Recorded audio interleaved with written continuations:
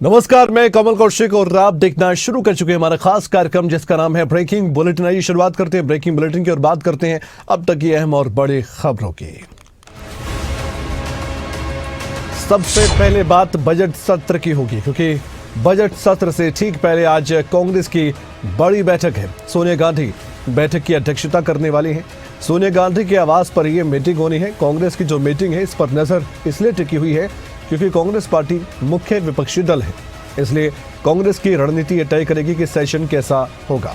कांग्रेस अध्यक्ष मल्लिकार्जुन खड़गे और राहुल गांधी समेत कई बड़े सीनियर लीडर कांग्रेस पार्टी के मौजूद रहेंगे। बजट सत्र को लेकर जो रणनीति है वो क्या अख्तियार की जाएगी। राहुल गांधी मुख्य तौर पर अपनी बात रखेंगे। लोकसभा में नेता प्रतिपक्ष है और राज्यसभा में जिम्मा उठाते हैं मल्लिकार्जुन खड़गे, जो कि कांग्रेस पार्टी के राष्ट्रीय अध्यक्ष हैं। लेकिन सोनिया गांधी एक अहम स्तंभ है कांग्रेस पार्टी की, पूर्व अध्यक्ष हैं कांग्रेस पार्टी की। वो भी अपनी तरफ से बातें रखेंगी और बातें सुनेंगी। देखने वाली बात है कांग्रेस पार्टी इस सेशन में कैसे अपनी बातों को देश के सामने रखेगी। अगली खबर है चंडीगढ़ से। एसवाल को लेकर साल की पहली बैठक हुई है। आप ये जानते हैं कि एसवाल का मुद्दा दशकों से अटका हुआ है। पहली बैठक साल की बेशक हुई हो, लेकिन इससे पहले अनगिनत बैठकें हो चुकी हैं। कितनी बैठकों का जिक्र कर लें, लेकिन इस समस्या का समाधान होता नजर नहीं आता है। ताज होटल में संयुक्त प्रेस कॉन्फ्रेंस भी हुई है। हरियाणा पंजाब के मुख्यमंत्रियों ने प्रेस कॉन्फ्रेंस के माध्यम से अपनी बात को सामने रखा। मुख्यमंत्री नायब सिंह सैनी और पंजाब के मुख्यमंत्री भगवंत मान दोनों ने प्रेस वार्ता की है। तस्वीर भी आप देख सकते हैं उस दौरान की है। तस्वीर में तो सब कुछ ठीक ठाक नजर आता है, लेकिन बात जब मुद्दे को सुलझाने की होती है तो अपने अपने राज्य के हितों को सामने रखते हुए अपनी मजबूरी को बयां करते हैं दोनों ही स्टेट, दोनों ही राज्य के मुख्यमंत्री। ये बात हम पहले भी सुन चुके हैं कि पंजाब दा पानी पंजाब वास्ते, ये अदर पॉलिटिकल पार्टियां भी कर चुकी हैं। कांग्रेस पार्टी कर चुकी है बात, लेकिन आम आदमी पार्टी जब सत्ता में आई और उससे पहले भी ये बात दोहरा चुकी है कि पंजाब का पानी पंजाब के लिए है, एक भी बूंद देने के लिए नहीं है। तो क्या इस तरह की बैठक के बाद कोई बीच का हल निकल पाएगा? बैठक के बाद मुख्यमंत्री नायब सिंह सैनी का बयान ये था कि सकारात्मक माहौल में बातचीत हुई है। एससी यानी सुप्रीम कोर्ट के फैसले को लेकर बातचीत हुई है। एसवाल पर उच्च अधिकारी बातचीत करेंगे। बैठक के बाद मुख्यमंत्री भगवंत मान, जो पंजाब के मुख्यमंत्री हैं, उनका यह बयान था कि बहुत अच्छे माहौल में बातचीत हुई है। हरियाणा दुश्मन नहीं भाई है हमारा। पानी की समस्या हरियाणा की अकेले की नहीं है। बैठक में दोनों ने अपने अपने पक्ष रखे हैं। सुप्रीम कोर्ट और केंद्र सरकार ने बैठक के लिए कहा था। अब दोनों राज्यों के अधिकारी बैठक करेंगे। बैठक के बाद दोनों मुख्यमंत्रियों की तरफ से जो जानकारी दी है वो जानकारी तो सबके सामने रखी गई, लेकिन आने वाले वक्त में जो बैठकें होंगी अधिकारियों की, वो अधिकारियों की जो बैठकें होंगी उसका नतीजा जो भी होगा फिर मुख्यमंत्री को बताया जाएगा। फिलहाल सुनिए किसने क्या कहा।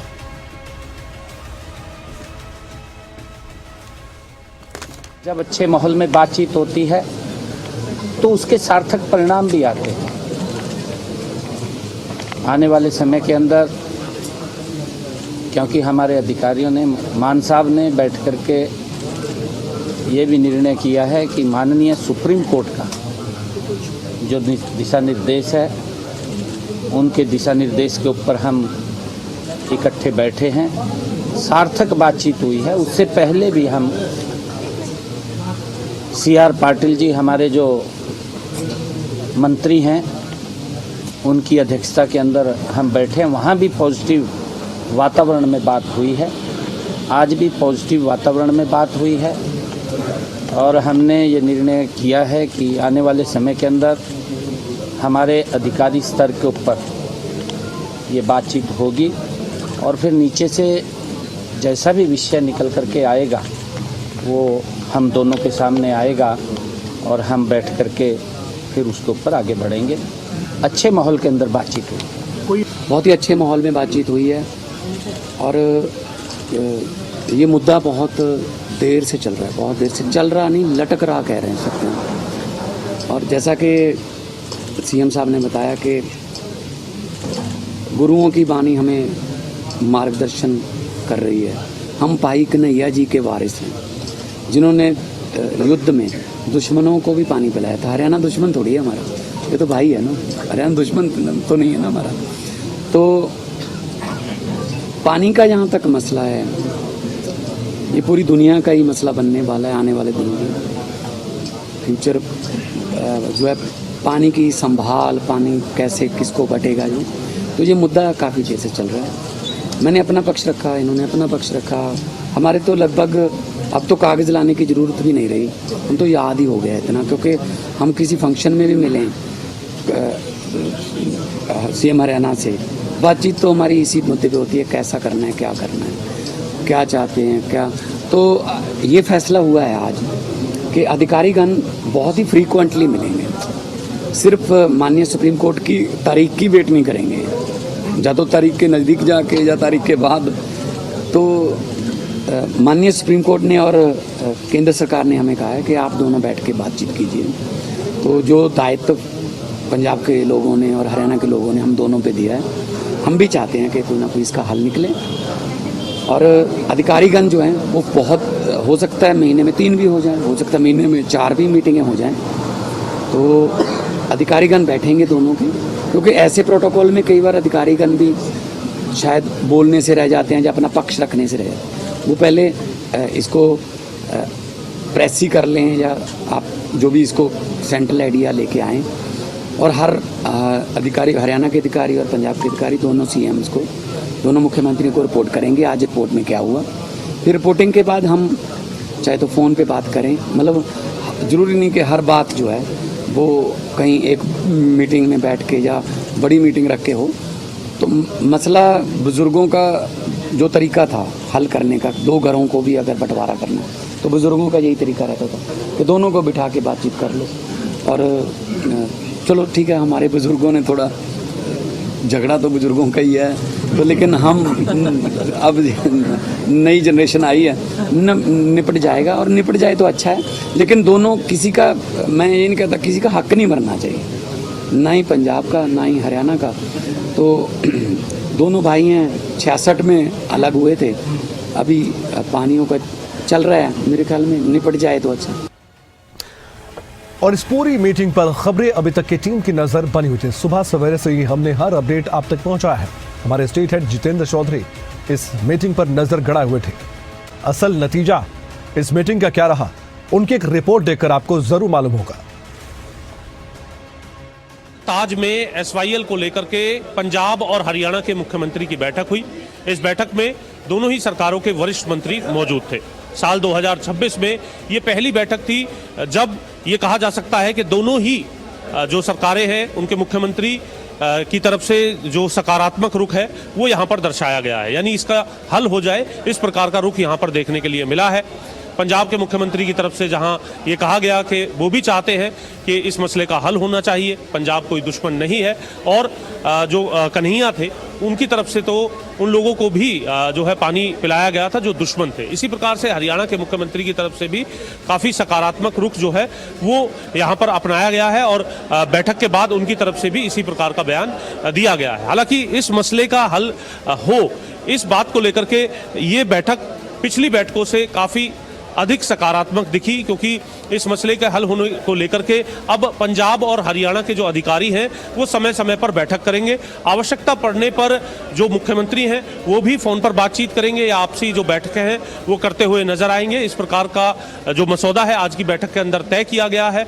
मुख्यमंत्री पंजाब का यह भी कहना था कि समय समय पर सुप्रीम कोर्ट के निर्देश पर इस प्रकार की बैठक होती है, उसमें दोनों राज्यों के मुख्यमंत्री आते हैं, लेकिन जो सकारात्मक रुख के साथ किस तरीके से इसका हल हो, अधिकारियों की भी इसमें भूमिका होती है जो इस प्रकार की बैठक के अंदर खुलकर नहीं बोल पाते। और अब आने वाले समय में समय समय पर इस प्रकार की बैठकें होती नजर आएंगी, जिससे ये उम्मीद काफ़ी हद तक की जा रही है कि आने वाले समय में यह मसला हल हो सकता है। अब ये देखना है कि अधिकारियों की बैठक में क्या कुछ तकनीकी बातें समय समय पर रखी जाएंगी और कब तक ये मसला जो दशकों से अटका हुआ है उसका हल होते हुए नजर आएगा। चंडीगढ़ से कैमरामैन सूर्या के साथ जितेंद्र चौधरी, खबरें अभी तक। प्री बजट बैठक की बात करते हैं।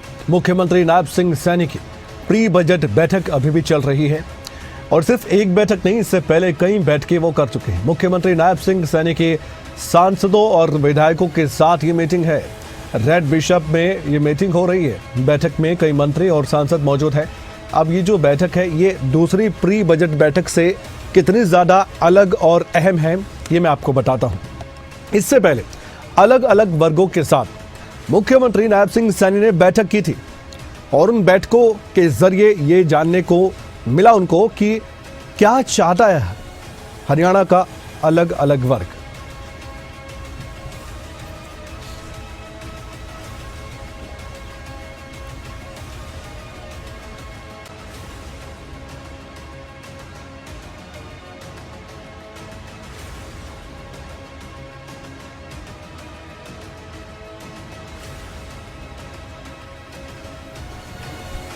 और हमारे साथ इस वक्त हमारे पॉलिटिकल एडिटर अनिल मौर्य जुड़ चुके हैं। आइए उनसे ताज़ा जानकारी लेते हैं इस मीटिंग को लेकर। अनिल, इस मीटिंग के बारे में हमारे दर्शकों को बताइए। इससे पहले हमने देखा कि अलग अलग जगह जाकर, अलग अलग जिलों में जाकर मुख्यमंत्री ने प्री बजट बैठक ली और उन लोगों की बातों को सुना जो वाकई में बजट में अपने सुझाव देना चाहते हैं और उससे हर वर्ग को फर्क पड़ेगा, उन पर असर पड़ेगा। लेकिन आज उससे अलग बैठक है, मंत्रियों के साथ, विधायकों के साथ, सांसदों के साथ। क्या नतीजा रहेगा इस बैठक का? देखिए कमल, आपने भी देखा मुख्यमंत्री नायब सैनी के पास ही वित्त मंत्रालय है। उस नाते मुख्यमंत्री पूरे प्रदेश भर में घूम रहे हैं, कई जिलों में बैठ के कर चुके हैं प्री बजट बैठ के और कई सेक्टर्स के लोगों से मुख्यमंत्री सुझाव ले चुके हैं। पिछले साल भी सुझाव लिए गए थे और मुख्यमंत्री की यही कोशिश रहती है कि जो अच्छे सुझाव आते हैं उनको बजट में शामिल किया जाए। इसी कड़ी में मुख्यमंत्री ने आज विधायकों, सांसदों के साथ मुख्यमंत्री बैठक कर रहे हैं।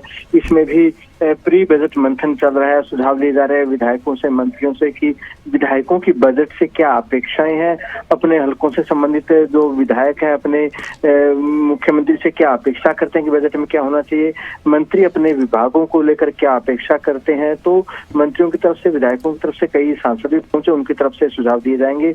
और खास बात यह है कमल, इस बैठक के लिए जो विपक्ष के तमाम विधायक, सांसद थे वो भी आमंत्रित किए गए थे, लेकिन विपक्ष के विधायकों, सांसदों ने इस प्री बजट बैठक दूरी बनाई हुई। हालांकि सत्ता पक्ष की बात करें जो तमाम मंत्री, जिनमें कैबिनेट मंत्री अनिल विज, कृष्णलाल पवार, डॉक्टर अरविंद शर्मा, राव नरबीर समेत जो तमाम मंत्री है बैठक में मौजूद है। जो सत्ता पक्ष से जो तमाम विधायक है वो बैठक में मौजूद है और कहीं ना कहीं इस बैठक में तमाम विधायकों की तरफ से सुझाव दिए जाते हैं। कई सांसद, जिनमें राज्यसभा सदस्य सुभाष बराला, सांसद नवीन जिंदल, रामचंद्र जांगड़ा समेत कई सांसद पहुंचे, वो भी कहीं ना कहीं प्री बजट बैठक में अपने सुझाव रख रहे हैं। बिल्कुल, आपने बातचीत भी की थी मंत्रियों से और अब समय है कि वो बातचीत में दर्शकों के सामने भी रखूं।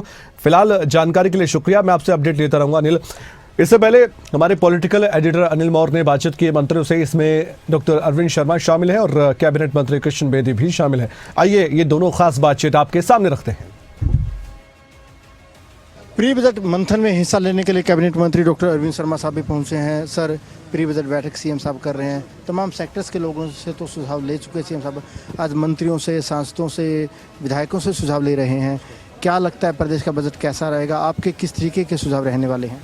देखिए, पिछली बार भी माननीय मुख्यमंत्री जी ने हर एक वर्ग को, हर सेक्टर को प्री बजट डिस्कशन के लिए इनवाइट किया था। और अब भी आपने देखा होगा, कभी माननीय मुख्यमंत्री जी गुड़गांव में इंडस्ट्रियलिस्ट से बात कर रहे हैं, कभी व्यापारियों से बात कर रहे हैं, फरीदाबाद में भी, करनाल, अलग अलग इसी तरह से इंटेलेक्चुअल से यूनिवर्सिटीज़ में बातचीत की। तो ये सारे का सारा, अब पिछली बार भी चर्चा हुई थी, अब की बार भी उसी तरह से प्री बजट चर्चा है। और हम ये कह सकते हैं कि माननीय मुख्यमंत्री जी बहुत गहराई में जा कर के, क्योंकि फाइनेंस मिनिस्टर भी है, वित्त मंत्री भी हैं, बहुत गहराई में जा कर के मुख्यमंत्री जी एक एक बात की चर्चा करके तब ये बजट। कोऑपरेटिव महकमा भी है, कोऑपरेटिव मंत्री होने के नाते क्या उम्मीद करते हैं बजट से? देखिए, हर डिपार्टमेंट को, हर एक महकमे को चर्चा होगी। चर्चा के बाद माननीय मुख्यमंत्री जी तय करेंगे कि भाई इसमें किस किस महकमे में क्या क्या एनहांस करना है, क्या क्या बढ़ाना है। निश्चित तौर पर हर विभाग में हर साल कोई ना कोई बढ़ोतरी, अच्छी बढ़ोतरी होती है, कोई ना कोई नई स्कीम लेकर के आते हैं। टूरिज्म को कैसे बढ़ावा मिले, टूरिज्म डिपार्टमेंट के लिहाज से कैसे दिखते हैं? देखिए, टूरिज्म में कई तरह की चीज़, जैसे हमारा आर्कियोलॉजी डिपार्टमेंट है, उसने कई तरह की बातें रखी हैं। कुछ वो म्यूजियम सेटअप करना चाहता है आर्कियोलॉजी डिपार्टमेंट। इसी तरह से टूरिज्म डिपार्टमेंट कुछ प्रॉपर्टीज़ को, जैसे पहले बात हुई थी पिछले बजट में, माननीय मुख्यमंत्री जी ने कहा था कि पीपी मोड पर कुछ प्रॉपर्टीज़ को जो थोड़ा बहुत पीछे रह गई हैं उनको आगे बढ़ाएं। तो इस तरह से अभी चर्चा होगी, सारी बात निकल आखिरी कर। सवाल, आप कई बार के सांसद रह चुके हैं, कल से संसद का बजट सत्र भी शुरू हो रहा है, केंद्र के बजट से हरियाणा क्या उम्मीद कर सकता है? देखिए, हर स्टेट को माननीय प्रधानमंत्री जी सबका साथ सबका विकास, इसी तरह से माननीय मुख्यमंत्री जी भी सबका साथ सबका विकास है ना, हर तबके को, हर हलके को, हर स्टेट को प्रधानमंत्री जी हर स्टेट को बढ़िया सौगात देते हैं। और उसमें हरियाणा का तो विशेष ध्यान, हरियाणा नेशनल कैपिटल रीजन का जो है, majority of part national capital region का है, तो हरियाणा का तो विशेष ध्यान किसानों के लिए, आपके खेलों के लिए, स्पोर्ट्स के लिए, शिक्षा के लिए, स्वास्थ्य के लिए, हर वर्ग के लिए बढ़िया इसमें हमारे को मिलेगा। बिल्कुल, देखिए डॉक्टर अरविंद शर्मा साहब का कहना है कि जो केंद्र का बजट है, केंद्र के बजट में हरियाणा का खास ख्याल रखा जाएगा। वहीं जो हरियाणा के मुख्यमंत्री है, सबका साथ सबका विकास पर फोकस रखते हैं। कैमरा मुख्यमंत्री नायब सैनी तमाम विधायकों मंत्रियों के साथ बजट पूर्व मंथन कर रहे हैं। बजट पूर्व मंथन में तमाम विधायक मंत्री पहुंचे हैं, तमाम मंत्री इसमें जो अपने सुझाव है दे रहे हैं। और आप देख सकते हैं कैबिनेट मंत्री कृष्ण बेदी साहब भी बजट पूर्व बैठक में हिस्सा लेने के लिए पहुंचे। उनके किस तरीके से सुझाव रहेंगे, उनसे बातचीत करेंगे। सर, सीएम साहब ने तमाम सेक्टर्स के लोगों से सुझाव लिया, आज मंत्रियों, विधायकों, सांसदों से सुझाव ले रहे हैं। किस तरीके का बजट रहेगा प्रदेश का? 2014 में जब एनडीए की सरकार बनी, देश के माननीय प्रधानमंत्री जी, चाहे उस समय हमारे वित्त मंत्री अरुण जेटली जी रहे हों, उसके बाद के वित्त मंत्री जो भी हैं, तो एक नई परंपरा की शुरुआत की थी कि सभी लोगों के सुझाव लेकर, क्योंकि जनता के लिए बजट होता है और लोगों के हित के लिए जब तक हम बात नहीं करेंगे, उनसे बिना पूछे केवल अधिकारियों के साथ बैठकर कागजों और फाइलों में फाइल खेलते रहेंगे, जो लाभ लोगों को मिलना है, जनता को मिलना है, वो नहीं मिल पाएगा। और ऐसा नहीं है कि कुछ ही लोगों के पास ऐसा कोई जादुई छड़ी है कि वो जो तय कर देंगे वो इस जनता के हित की बात होगी। सभी लोगों से सुझाव लेने की नई परंपरा की शुरुआत की। उसी परंपरा को हमारे पूर्व मुख्यमंत्री माननीय मनोहर जी ने भी, और आज वित्त मंत्री के रूप में भी और मुख्यमंत्री के रूप में भी दूसरा बजट पेश कर रहे हैं माननीय नायब सिंह सैनी जी, इन्होंने भी इस परंपरा को आगे बढ़ाने का काम किया। किसान हो, व्यापारी हो, औद्योगिक क्षेत्र के लोग हों, एडवोकेट्स हों, डॉक्टर्स हों, छोटे दुकानदार हों, जितना भी वर्ग है, सभी से वो अलग अलग इन विषयों पर चर्चा कर रहे हैं। आज सभी मंत्री और विधायकों को और विपक्ष के लोगों को भी आज आमंत्रित किया है और महत्वपूर्ण सुझाव आएंगे, जनता के हित के लिए आएंगे। अगर आपके महकमे की बात करें सर, पिछली बार लाडो लक्ष्मी योजना के लिए प्रावधान रखा गया था। लाडो लक्ष्मी योजना से कितना बोझ प्रदेश के खजाने पर पड़ा है, और जो तमाम पेंशन भी आपके महकमे से जाती है, उस नाते आपके महकमे के लिहाज से आप क्या देखते हैं, कितनी बढ़ोतरी बजट में होनी चाहिए?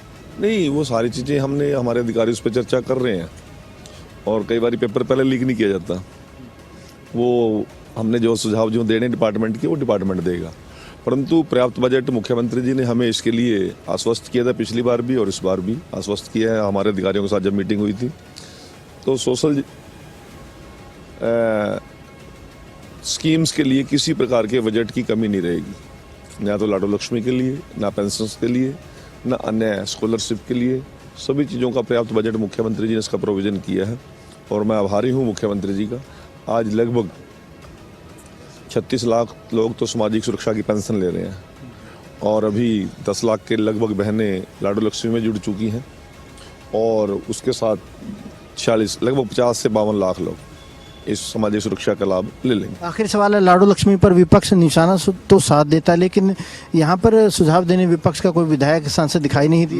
दिलचस्पी क्यों नहीं विपक्ष की? मैं कहना चाहता हूँ कि मुद्दा विहीन विपक्ष है। कोई उनके समाज हित के लिए, देश हित के लिए, प्रदेश हित के लिए उनके पास कोई मुद्दे नहीं है। केवल अखबारों में बयानबाजी, टीवी चैनल्स पे बयानबाजी, सोशल मीडिया पे बयानबाजी करके वो लोग तीसरी कर लेते हैं और वो जनता प्रदेश की देख रही है और इसीलिए जब फिर बाद में फिर ईवीएम करना होते हैं।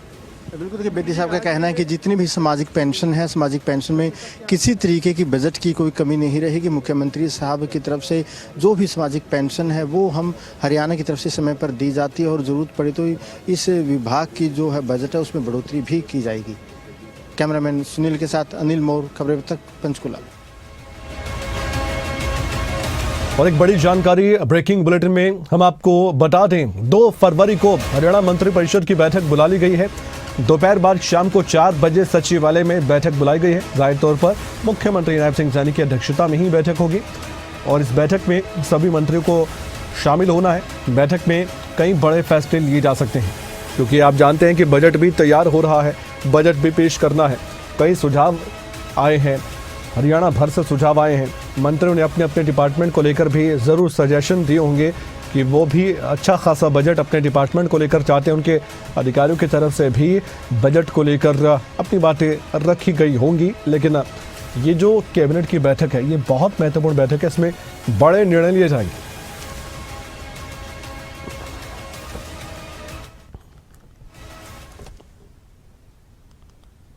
अब आगे बढ़ते हैं। इंदिरा भवन दिल्ली में हरियाणा कांग्रेस की अहम बैठक बुलाई गई। केसी वेणुगोपाल की अध्यक्षता में यह बैठक हुई है। प्रदेश प्रभारी बीके हरिप्रसाद भी इस बैठक में शामिल हुए हैं। हरियाणा कांग्रेस के अध्यक्ष राम नरेंद्र भी इस बैठक का हिस्सा थे। इसके साथ ही कांग्रेस की सांसद कुमारी सैलजा भी इस बैठक में मौजूद रही। कांग्रेस के संगठन सृजन अभियान को लेकर मंथन हुआ है, लेकिन इसके इतर क्या कोई और बातचीत हुई है, सवाल बड़ा है। फिलहाल विषय यही था। कुमारी सैलजा ने क्या कहा, वो सुन लेते हैं।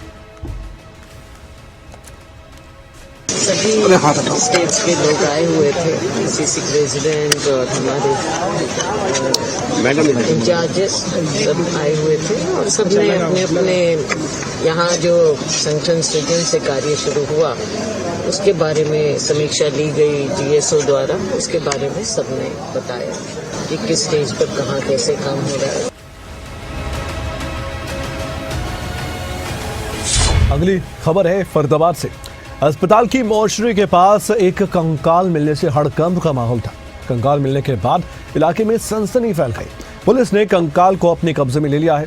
पहचान और पता लगाने की कोशिशें जारी हैं। इसमें समय लग सकता है, क्योंकि फॉरेंसिक टीम और मेडिकल टीम अपना काम करेगी। फॉरेंसिक जांच के बाद ही खुलासा हो पाएगा कि ये कंकाल किसका है, क्या किसी का शव था, क्या कोई और मामला है। इन्हीं सवालों के बीच पुलिस की तरफ से शुरुआती बयान क्या सामने आया, वो सुन लेते हैं। मामला ये है कि आज सुबह CMO साहब ने सूचना दी कि ऐसे ऐसे हमारे पीछे हॉस्पिटल के बैक साइड में एक ट्यूबवेल है जो काफ़ी दिनों से बंद पड़ा है, उसमें एक नरकंकाल पड़ा है। हमारे स्वीपर ने हमें बताया, हम मौके पहुंच रहे हैं, आप भी आइए।